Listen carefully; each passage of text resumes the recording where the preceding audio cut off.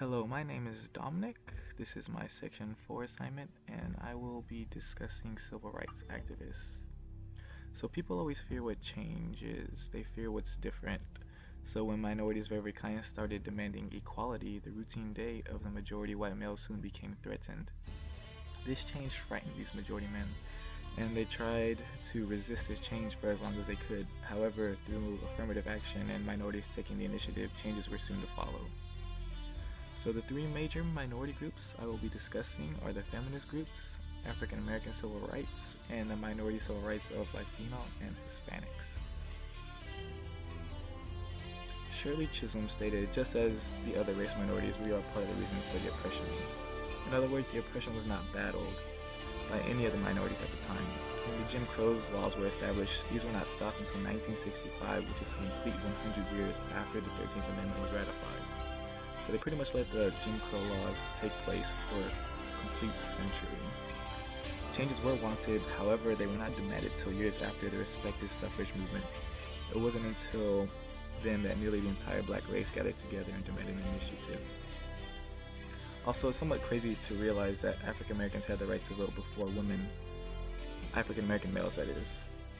These white males did not trust their wives to elect leaders, these same wives that raised their children, that cooked them dinner every night.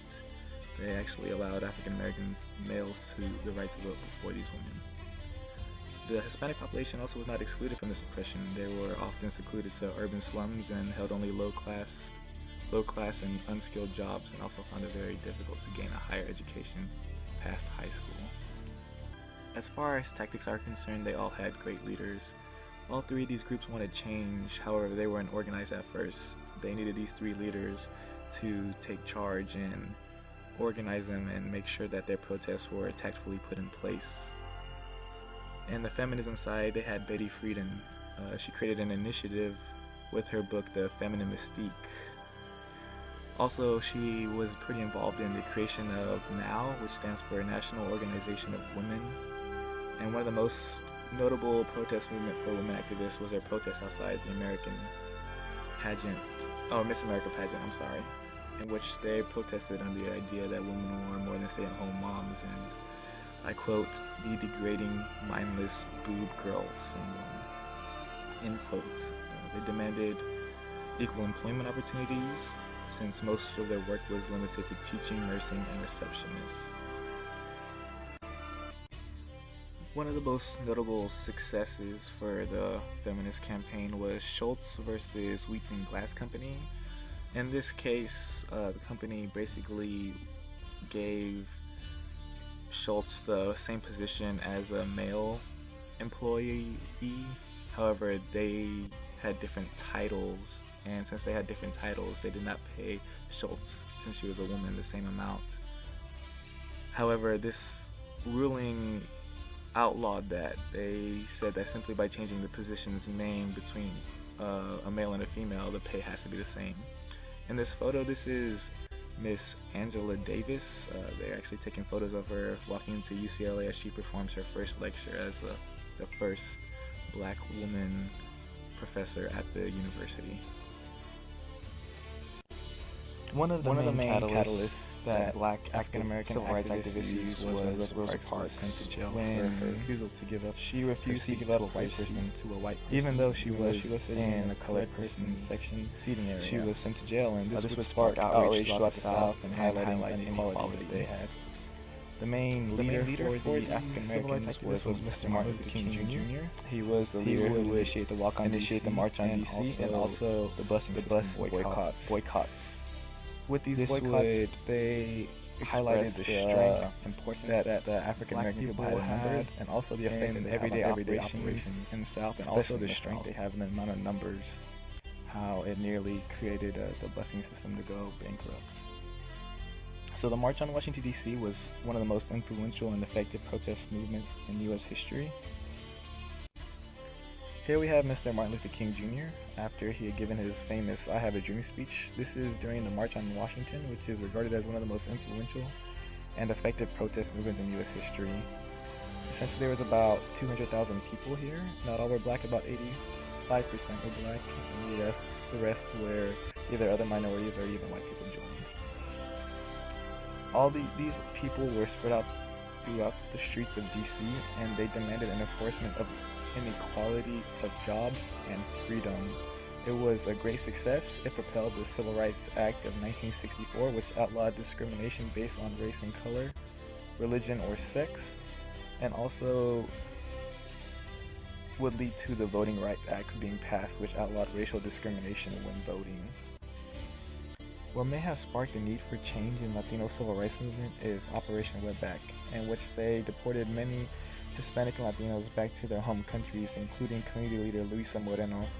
She was known for organizing labor movements and leading strikes, as well as being a member of the First National Latino Civil Rights Assembly. The leader for these Latinos is Cesar Chavez, here pictured. He pretty much organized farm workers and set up strikes, and these strikes were able to display how they affect the infrastructure of the United States increasingly. One of the most successful protest movements for the Latino population was the Los Angeles school walkouts that took place in 1968. These students were guided by teacher Sal Castro, and they understood that the school would get funding for its average daily attendance, so they came up with the idea to appear in school and walk out as a symbol of the need of equal education and equal acceptance into secondary education beyond high school. This was mostly successful. The district started hiring more Hispanic faculty. Corporal punishment was outlawed, as well as janitorial punishment, which took place during detention, where they would have to sweep cafeterias or hallways, clean up areas such. Also, Hispanic enrollment in college increased from 2% to 25%. One thing that all these protest movements had in common was that they were all non-violent. These were peaceful protest movements that would eventually lead to initiatives being given to them. What I learned from these three protest movements is its greatest characteristic is organization. It is during these countless hours of meetings that take place where they establish the time, the place, the setting, what they're going to do in order to create the greatest amount of effectiveness. Also, great leaders are needed. It is these leaders who they look up to, they feel they can relate to, and they understand the struggle that they are going to. These leaders take it upon themselves to rally all the supporters and make sure something is getting done. And finally, people who are willing to take the initiative are needed for a successful protest movement. All these people of these three minority groups, they all wanted change, they all demanded it, and they didn't take no as an answer. So